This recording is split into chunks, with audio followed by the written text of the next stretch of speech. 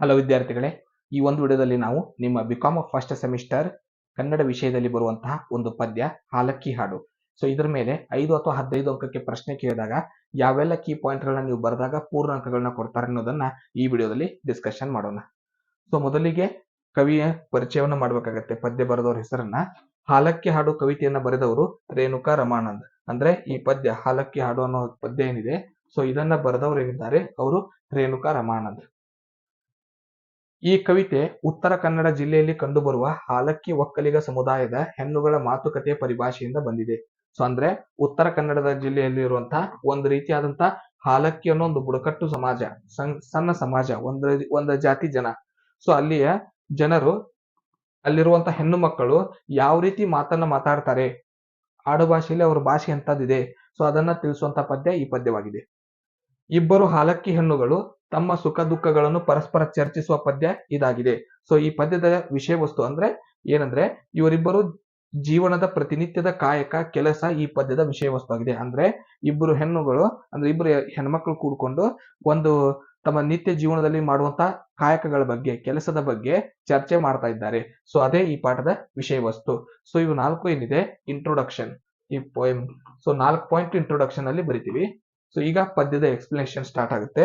So ಪದ್ಯದ explanation ಅಲ್ಲಿ ಏನ್ ಬರಿತೀವಿ,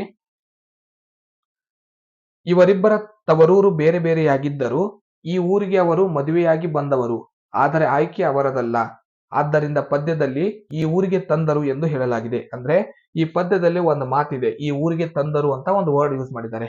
ಇದರ ಅರ್ಥ ಏನಂದ್ರೆ, ಇವರಿಬ್ಬರು ಬೇರೆ ಬೇರೆ ಮನೆಯಲ್ಲಿ ಜನಿಸಿ ಬೇರೆ ಬೇರೆ ಮನೆಯಿಂದ ಬಂದಂತವರು. ಸೊ ಮದುವೆ ಆಗಿದ್ರಿಂದ ಒಂದು ಕಡೆಯಾಗಿ ಬಂದಿದ್ದಾರೆ. ಈ ಮದುವೆಯಾಗಿ ಬರೋದು ಕೂಡ ಇವ್ರ ಇಚ್ಛೆ ಅಲ್ಲ. ಪುರುಷ ಪ್ರಧಾನತೆ ಇಲ್ಲಿರುವಂತ ಹಳೆಯ ಸಂಪ್ರದಾಯದ ಪ್ರಕಾರ ಮದುವೆಯಾಗಿ ಕಳಿಸುವಂತ ವಿಧಾನ, ಇವುಗಳನ್ನ ವಿರೋಧ ಮಾಡುವಂತ ಮಾತನ್ನ ಇಲ್ಲಿ ಕವಯಿತ್ರಿ ತೋರಿಸೋದಕ್ಕೆ ಪ್ರಯತ್ನ ಮಾಡಿದ್ದಾರೆ. ಕೆಲಸ ಮತ್ತು ಅವಸರ ಯಾವಾಗಲೂ ಇರುವುದೇ, ಎಲೆ ಅಡಿಕೆ ಹಾಕಿಕೊಳ್ಳುತ್ತಾ ವಿಶ್ರಾಂತಿ ಮಾಡೋಣ ಬಾ ಎಂದು ಒಬ್ಬಳು ಕರೆಯುತ್ತಾಳೆ, ಎಲೆಯ ತುಂಬು ತೆಗೆದು ಸುಣ್ಣ ಹಚ್ಚಿ ಎಲೆ ಒರೆಸಿಕೊಡು ಎಂದು ಇನ್ನೊಬ್ಬಳು ಹೇಳುತ್ತಾಳೆ. ಸೊ ಕೆಲಸ ಮಾಡೋದಿದ್ದೇ ಇದೆ, ವಿಶ್ರಾಂತಿ ಮಾಡೋಣ ಸ್ವಲ್ಪ ಹೊತ್ತು ಬಾ ಅಂತ. ಸೊ ವಿಶ್ರಾಂತಿ ಮಾಡೋ ಸಮಯದಲ್ಲಿ ಹಳ್ಳಿಯ ಸೊಬಗು ಏನಂದ್ರೆ ಎಲಡಿಕೆ ಹಾಕುವಂತ ಪದ್ಧತಿ ಏನಿದೆ ಅದನ್ನ ಇದರಲ್ಲಿ ಮಾತನಾಡಲಾಗಿದೆ. ನಿನ್ನ ತವರು ಮನೆ ಎಲ್ಲಿಯೋ ನನ್ನ ತವರು ಮನೆ ಎಲ್ಲಿಯೋ, ಆದರೆ ನಮ್ಮನ್ನು ಈ ಊರಿಗೆ ಕೊಟ್ಟು ಮದುವೆ ಮಾಡಿದ್ದಾರೆ. ಸೌದೆಯನ್ನು ಹೊತ್ತು ತರುತ್ತೇವೆ, ಹೂವಿನ ಮಾಲೆ ತಯಾರಿಸಿ ಮಾರಿದ್ದೇವೆ, ಯಜಮಾನರಿಗೆ 4 ಎಮ್ಮೆಯ ಹಾಲು ಹಿಂಡಿದ್ದೇವೆ ಎಂದು ಚರ್ಚಿಸುತ್ತಾರೆ. ಸೊ ಅವ್ರು ಮಾಡುವಂತ ಮೊದಲನೇ ಚರ್ಚೆ ಇದು. ಆ ಮನೆಯಲ್ಲಿ ಅವರು ಮದುವೆಯಾಗಿ ಬಂದಾಗ ಏನೇನ್ ಕೆಲಸ ಮಾಡಿದ್ದಾರೆ ಅನ್ನೋದನ್ನ ಮೊದಲನೇ ಪಾಯಿಂಟ್, ಮೇನ್ ನೀವು ನೆನ್ಪಿಟ್ಕೋಬೇಕಾಗಿರುವಂತ ಟಾಪಿಕ್. ಸೊ ಮೊದಲನೇದ್ದು, ಅವರು ಸೌದೆಯನ್ನ ಹೊತ್ತಿದ್ದಾರೆ. ಅಂದ್ರೆ ಅಡಿಗೆ ಮಾಡೋದಕ್ಕೋಸ್ಕರ ಬೇಕಾದಂತ ಕಟ್ಟಿಗೆಯನ್ನ ಇವರು ಹೊತ್ತಿದ್ದಾರೆ. ಹೂವನ್ನ ಮಾರಿ ಮಾರಾಟ ಮಾಡಿದ್ದಾರೆ. ಸೊ ಹೂವು ಮಾರಿ ಮಾರಾಟ ಮಾಡಿ ಹಣ ಸಂಪಾದನೆ ಕೆಲಸನೂ ಮಾಡಿದ್ದಾರೆ. ಮನೆ ಯಜಮಾನನಿಗಾಗಿ 4 ಎಮ್ಮೆ ಹಾಲನ್ನು ಹಿಂಡಿದ್ದೇವೆ. ಸೊ ಪ್ರಾಣಿ ಸಾಕಾಣಿಕೆಯನ್ನು ಕೂಡ ಮಾಡಿದ್ದಾರೆ. ಸೊ ಎಲ್ಲದರಲ್ಲೂ ಎಲ್ಲ ಕೆಲಸವನ್ನು ಇವರು ನೋಡ್ಕೊಂಡಿದ್ದಾರೆ ಅನ್ನೋದಕ್ಕೆ ಪ್ರಾರಂಭಿಕ ಪ್ರಸ್ತಾವನೆ ಇದ್ದ ರೀತಿ ಕೊಟ್ಟಿದ್ದಾರೆ. ಇದು ಮೊದಲನೇ ಪಾಯಿಂಟ್.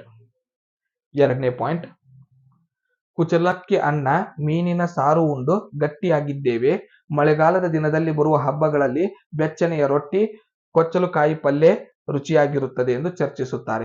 ಈಗ ಎರಡನೇದಾಗಿ ಅವರು ಸೇವಿಸುವಂತ ಆಹಾರದ ಬಗ್ಗೆ ನಮಗೆ ತಿಳಿಸಿದ್ದಾರೆ. ಮೊದಲನೇದ್ರಲ್ಲಿ ಅವರು ಮಾಡುವಂತ ಕಾಯಕ ಕೆಲಸ, ಪ್ರಾರಂಭದಲ್ಲಿ ಮದುವೆಯಾಗಿ ಬಂದಾಗ ಅವರು ಯಾವ ರೀತಿ ಕಾಯಕವನ್ನ ಮಾಡ್ತಾ ಇದ್ರು ಅನ್ನೋದ್ರ ಬಗ್ಗೆ ಹೇಳಿದ್ದಾರೆ. ಎರಡನೇದ್ರಲ್ಲಿ ಅವರು ಸೇವಿಸುವಂತ ಆಹಾರವನ್ನ ಹೇಳಿದ್ದಾರೆ. ಸೊ ಕುಚಲಕ್ಕಿ ಅನ್ನ ಒಂದ್ ರೀತಿಯಾದ ಅಕ್ಕಿ ಇದೆ. ಮೀನಿನ ಸಾರು, ಇವನ್ನ ಉಂಡು ಗಟ್ಟಿಯಾಗಿದ್ದೇವೆ ಅಂದ್ರೆ ಇಷ್ಟೆಲ್ಲ ಕೆಲಸ ಮಾಡೋದಕ್ಕೆ ಶಕ್ತಿ ನಮ್ಗೆ ಎಲ್ಲೆಲ್ಲಿಂದ ಬರ್ತಾ ಇದೆ ಅನ್ನೋದ್ರ ಬಗ್ಗೆ ಹೇಳ್ತಾ ಇದ್ದಾರೆ. ಮಳೆಗಾಲದ ದಿನದಲ್ಲಿ ಬರುವಂತ ಹಬ್ಬಗಳಲ್ಲಿ ರೊಟ್ಟಿಯನ್ನ ಕೊಚ್ಚಲು ಕಾಯಿ ಪಲ್ಯನ್ನ ಮಾಡಿ ನಾವು ಉಂಡಿದ್ದೇವೆ ಅನ್ನೋ ಈ 4 ಪದಾರ್ಥಗಳ ಹೆಸರನ್ನ ಕೊಟ್ಟಿದ್ದಾರೆ. ನೆಕ್ಸ್ಟ್ ಮೂರನೇ ಪಾಯಿಂಟ್, ವಿದ್ಯಾರ್ಥಿಗಳೇ, ಸಾಯಿ ಗುಡ್ ಕ್ಲಾಸಸ್ ಸಂಸ್ಥೆ ವತಿಯಿಂದ ಸಿಗುವಂತಹ ಸೌಲಭ್ಯಗಳನ್ನ ನೀವು ಪಡ್ಕೋಬೇಕಂದ್ರೆ ಗೂಗಲ್ ನಲ್ಲಿ ನೀವು ಸರ್ಚ್ ಎಂಜಿನ್ ನಲ್ಲಿ ಸಾಯಿ ಗುಡ್ ಕ್ಲಾಸಸ್ ಅಂತ ಟೈಪ್ ಮಾಡಿ ಸರ್ಚ್ ಮಾಡಬೇಕಾಗುತ್ತೆ. ಸೊ ಆಗ ಈ ರೀತಿಯಾದ ಲಿಂಕ್ ಗಳು ಓಪನ್ ಆಗುತ್ತೆ. ಮೊದಲನೇ ಲಿಂಕ್ ಮೇಲೆ ನೀವು ಕ್ಲಿಕ್ ಮಾಡಿದಾಗ ನಮ್ಮ ವೆಬ್ ಪೇಜ್ ಓಪನ್ ಆಗುತ್ತೆ. ಸೊ ವೆಬ್ ಪೇಜ್ ನಲ್ಲಿ ಡೌನ್ಲೋಡ್ ನೌ ಮೇಲೆ ಕ್ಲಿಕ್ ಮಾಡಿದಾಗ ನಮ್ಮ ಸಂಸ್ಥೆ ವತಿಯಿಂದ ಬಿಡುಗಡೆ ಮಾಡಿದಂತಹ ಮೊಬೈಲ್ ಆಪ್ ನಿಮಗೆ ಲಭ್ಯವಾಗುತ್ತೆ. ಈ ರೀತಿಯಾದ ಮೊಬೈಲ್ ಆಪ್ ನ ಮೊದಲನೇ ಪೇಜ್ ಓಪನ್ ಆಗುತ್ತೆ. ಸೊ ಡೌನ್ಲೋಡ್ ಆದ ನಂತರ ಮೊದಲನೇ ಪೇಜ್ ಈ ರೀತಿಯಾಗಿ ಓಪನ್ ಆಗುತ್ತೆ. ಸೊ ಇದರಲ್ಲಿರುವಂತಹ ಕ್ರಿಯೇಟ್ ನ್ಯೂ ಅಕೌಂಟ್ ಮೇಲೆ ಕ್ಲಿಕ್ ಮಾಡಿ ನಿಮ್ಮ ಡೀಟೇಲ್ಸ್ ನ ಇಲ್ಲಿ ಫಿಲ್ ಮಾಡೋದ್ರ ಮೂಲಕ ನೀವು ಸಬ್ಮಿಟ್ ಕೊಡೋದ್ರ ಮೂಲಕ ನಮ್ಮ ಕ್ಲಾಸ್ ನ ರಿಜಿಸ್ಟ್ರೇಷನ್ ಮಾಡ್ಕೋಬಹುದು. ಸೊ ರಿಜಿಸ್ಟ್ರೇಷನ್ ಆದ ನಂತರ ನಿಮಗೆ ಬೇಕಾಗಿರುವಂತಹ ಕ್ಲಾಸ್ ಗಳ ಮೇಲೆ ನೀವು ಕ್ಲಿಕ್ ಮಾಡೋದ್ರ ಮೂಲಕ ನಮ್ಮ ಕ್ಲಾಸ್ ನ ನೀವು ಜಾಯ್ನ್ ಆಗಬಹುದು. ಸೊ ಇದಿಷ್ಟು ನಮ್ಮ ಕ್ಲಾಸ್ ನ ಯಾವ ರೀತಿ ಜಾಯ್ನ್ ಆಗಬೇಕು ಅನ್ನೋದನ್ನ ಮುಂದೆ ಮತ್ತೆ ಸ್ಟೋರಿಗೆ ಹೋಗೋಣ. ಶ್ರಾವಣ ತಿಂಗಳಲ್ಲಿ ದೇವರ ಮನೆಗೆ ಹೋಗಿ ಕಾಯಿ ಒಡೆದು ಪಾಯಸ ಮಾಡಿ ತಮಟೆಯ ಗಂಟನಾದಕ್ಕೆ ಕುಣಿಯುತ್ತಾ ಬೊಮ್ಮ ಒಡೆಯನ ಗುಡ್ಡಕ್ಕೆ ಹೋಗುತ್ತೇವೆ ಎಂದು ಚರ್ಚಿಸುತ್ತಾರೆ. ಸೊ ಮೂರನೇ ಪಾಯಿಂಟ್ ಏನಿದೆ, ಸೊ ಈ ಪಾಯಿಂಟ್ ನಲ್ಲಿ ಅವ್ರು ಮಾಡುವಂತ ದೇವರ ಪೂಜೆ, ಅವ್ರಿಗಿರುವಂತ ಭಕ್ತಿ, ಆಧ್ಯಾತ್ಮಿಕತೆ, ಸೊ ಇದ್ರ ಬಗ್ಗೆ ತಿಳಿಸ್ತಾ ಇದ್ದಾರೆ. ಶ್ರಾವಣ ಬಂದಾಗ ದೇವರ ಮನೆಯಲ್ಲಿ ಕಾಯಿ ಒಡೆಯುವ ಕೆಲಸ, ಪಾಯಸ ಮಾಡಿ ಎಡೆ ಹಿಡಿಯುವಂತ ಕೆಲಸ, ಮತ್ತೆ ಕುಣಿಯುತ್ತಾ ದೇವರದ ಗಂಟೆ ಶಬ್ದಕ್ಕೆ ಕುಣಿಯುತ್ತಾ ಸೊ ಒಂದು ದೇವಸ್ಥಾನದ ಹೆಸರು ಕೊಟ್ಟಿದ್ದಾರೆ ಇಲ್ಲಿ, ಬೊಮ್ಮ ಒಡೆಯನ ಗುಡ್ಡಕ್ಕೆ. ಸೊ ಸಿಟಿ ಜನ ಎಲ್ಲ ಏನಂತಾರೆ, ದೇವಸ್ಥಾನಗಳಿಗೆ ಹೋದ್ರೆ ಹಳ್ಳಿಗಳಲ್ಲೆಲ್ಲ ಗುಡ್ಡದ ಮೇಲೆ ದೇವರು ಇರೋದು ಹೆಚ್ಚು. ಸೊ ಈ ದೇವರ ಗುಡ್ಡದಲ್ಲಿರುವಂತ ದೇವರನ್ನ ಇವರು ಶ್ರಾವಣ ತಿಂಗಳಲ್ಲಿ ದರ್ಶನ ಮಾಡೋದಕ್ಕೆ ಹೋಗೋದಾಗಿ ತಿಳಿಸಿದ್ದಾರೆ. ಇದು ಅವರ ಆಧ್ಯಾತ್ಮದ ಬಗ್ಗೆ ಮೂರನೇ ಪಾಯಿಂಟ್. ನಾಲ್ಕನೇ ಪಾಯಿಂಟ್, ರಾಗಿ ಅಂಬಲಿ, ಸಂಗಟಿಯ ಸಾರು, ಮಾವಿನಕಾಯಿ, ಉಪ್ಪಿನಕಾಯಿಯೊಂದಿಗೆ ತಿಂದರೆ ಬಲು ರುಚಿ. ಅಮಾವಾಸ್ಯೆ ದಿನಗಳಲ್ಲಿ ಅವರ ಗಂಡಂದಿರು ನೀರು ನಿಂತಿರುವ ಹೊಂಡಗಳಲ್ಲಿ ಗಾಳವನ್ನ ಹಾಕಿ ಮೀನು ಹಿಡಿದು ತರುತ್ತಾರೆ ಎಂದು ಚರ್ಚಿಸುತ್ತಾರೆ. ಸೊ ನಾಲ್ಕನೇ ಪಾಯಿಂಟ್ ನಲ್ಲಿ ಏನ್ ಹೇಳ್ತಾ ಇದ್ದಾರೆ, ಅಮಾವಾಸ್ಯೆಯೊಳಗೆ ಅಂದ್ರೆ ಯಾವಾಗಾದ್ರೂ ಹಬ್ಬದ ಸಂದರ್ಭದಲ್ಲಿ ಅವ್ರು ಮಾಡುವಂತಹ ಕೆಲಸ ಏನು. ಸೊ ಹಬ್ಬ ಬಂದಾಗ ಅಂದ್ರೆ ಅಮಾವಾಸ್ಯೆ ಬಂದಾಗ ರಾಗಿ ಅಂಬಲಿ, ಸಂಗಟಿ ಸಾರು, ಮಾವಿನಕಾಯಿ, ಉಪ್ಪಿನಕಾಯಿ, ಸೊ ಈ ಪದಾರ್ಥಗಳನ್ನ ಮಾಡಿ ಸೇವಿಸ್ತಾರೆ. ಇವುಗಳನ್ನ ಮಾಡಬೇಕಂದ್ರೆ ಅವರ ಗಂಡಂತರು ಅಮಾವಾಸ್ಯೆ ದಿನ ನೀರು ನಿಂತಂತ ಪ್ರದೇಶಕ್ಕೆ ಹೋಗಿ ಮೀನಿನ ಗಾಳ ಹಾಕಿ ಮೀನನ್ನ ಹಿಡಿದು ತರ್ತಾರಂತೆ.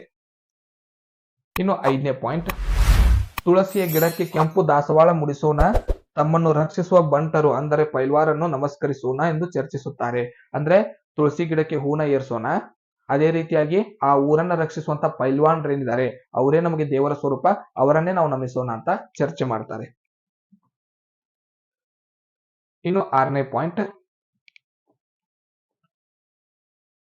ಸುಗ್ಗಿ ಹಬ್ಬದ ದಿನಗಳಲ್ಲಿ ವಿಭಿನ್ನ ಬಿಲ್ವ ಪತ್ರ ಎಲೆಗಳನ್ನು ಹುಡುಕಿ ತೆಗೆದುಕೊಂಡು ಬಂದು ಉಳಿದ ಗೆಳತಿಯರೊಂದಿಗೆ ಹೋಗಿ ಬೆಳೆದು ನಿಂತ ಭತ್ತದ ಬೆಳೆಯನ್ನು ಕತ್ತರಿಸಿ ಬಡಿದು ರಾಶಿ ಮಾಡೋಣ ಎಂದು ಚರ್ಚಿಸುತ್ತಾರೆ.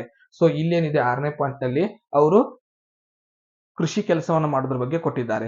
ಸೊ ಅವ್ರು ಏನ್ ಮಾಡ್ತಾರಂದ್ರೆ ಸುಗ್ಗಿ ಸಮಯ ಅಂದ್ರೆ ಫಸಲು ಬಂದು ಬೆಳೆದು ನಿಂತು ಪೈರು ತಯಾರಾಗಿರುವಂತ ಸಂದರ್ಭದಲ್ಲಿ ವಿಭಿನ್ನವಾದ ಬಿಲ್ವ ಪತ್ರ ಎಲೆಗಳನ್ನ ಅಂದ್ರೆ ಮೊದಲು ಹೊಲದಲ್ಲಿ ಕೆಲಸ ಮಾಡ್ಬೇಕಂದ್ರೆ ಪೂಜೆ ಸಲ್ಲಿಸಿ ಅಂದಂತೆ ಉಳಿದ ಗೆಳತಿಯರೊಂದಿಗೆ ಹೋಗಿ ಬೆಳೆದು ನಿಂತ ಭತ್ತದ ಬೆಳೆಯನ್ನು ಕತ್ತರಿಸಿ ಬಡಿದು ರಾಶಿ ಮಾಡೋಣ ಎಂದು ಚರ್ಚಿಸುತ್ತಾರೆ. ತಮ್ಮ ಉಳಿದ ಗೆಳತಿಯರೊಂದಿಗೆ ಹೊಲಕ್ಕೆ ಹೋಗಿ ಸೊ ಹೊಲದಲ್ಲಿ ಬೆಳೆದು ನಿಂತಿರುವಂತಹ ಭತ್ತದ ಪೈರು ಏನಿದೆ ಅದನ್ನ ಕತ್ತರಿಸಿ ಅದನ್ನ ಬಡದು ರಾಶಿಯಾಗಿ ಮಾಡೋಣ, ಅಂದ್ರೆ ಕಾಳನ್ನ ಸಪರೇಟ್ ಮಾಡೋಣ. ಏಳನೇ ಪಾಯಿಂಟ್, ಬಾವಿಯಿಂದ ನೀರನ್ನು ಸೀದಿ ಹೊಲಕ್ಕೆ ನೀರನ್ನು ಹಾಯಿಸಿ ಕಾಡಿನಲ್ಲಿ ಸಿಗುವ ಮುಳ್ಳು ಹಣ್ಣು ಕೊಯ್ಯೋಣ ಎಂದು ಚರ್ಚಿಸುತ್ತಾರೆ. ಅಂದ್ರೆ ನೀರಾವರಿ ಅಂದ್ರೆ ಬಾವಿ ಮೂಲಕ ಹಳ್ಳಿಯಲ್ಲಿ ಸೊ ಹೊಲಕ್ಕೆ ನೀರು ಬೇಕಂದ್ರೆ ಬಾವಿಯಿಂದ ನೀರನ್ನ ಎತ್ತಿ ಹೊಲಕ್ಕೆ ಹಾಕಿ ಸೊ ಆಮೇಲೆ ಒಂದ್ ರೀತಿಯಾದ ಹಣ್ಣು ಇದು ತಿನ್ನೋದು. ಸೊ ಸಿಗುವಂತ ಒಂದು ಹಣ್ಣು ಮುಳ್ಳು ಹಣ್ಣು ಅಂತ ಕರಿತೀವಿ ಅದಕ್ಕೆ. ಸೊ ಆ ಹಣ್ಣನ್ನ ಕೊಯ್ಯೋಣ ಅಂತ ಚರ್ಚೆ ಮಾಡ್ತಾ ಇರ್ತಾರೆ.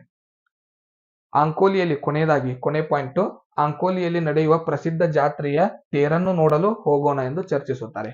ಸೊ ಅಂಕೋಲಾದಲ್ಲಿ ನಡೆಯುವಂತಹ ಉತ್ತರ ಕನ್ನಡ ಜಿಲ್ಲೆ ಅಂಕೋಲಾದಲ್ಲಿ ಅಲ್ಲಿ ನಡೆಯುವಂತಹ ಪ್ರಸಿದ್ಧವಾದ ಒಂದು ಜಾತ್ರೆ ತೇರನ್ನ ನೋಡೋದಕ್ಕೆ ಹೋಗೋಣ ಅಂತ ಪರಸ್ಪರ ಇಬ್ರು ಚರ್ಚಿಸ್ತಾ ಇದ್ದಾರೆ.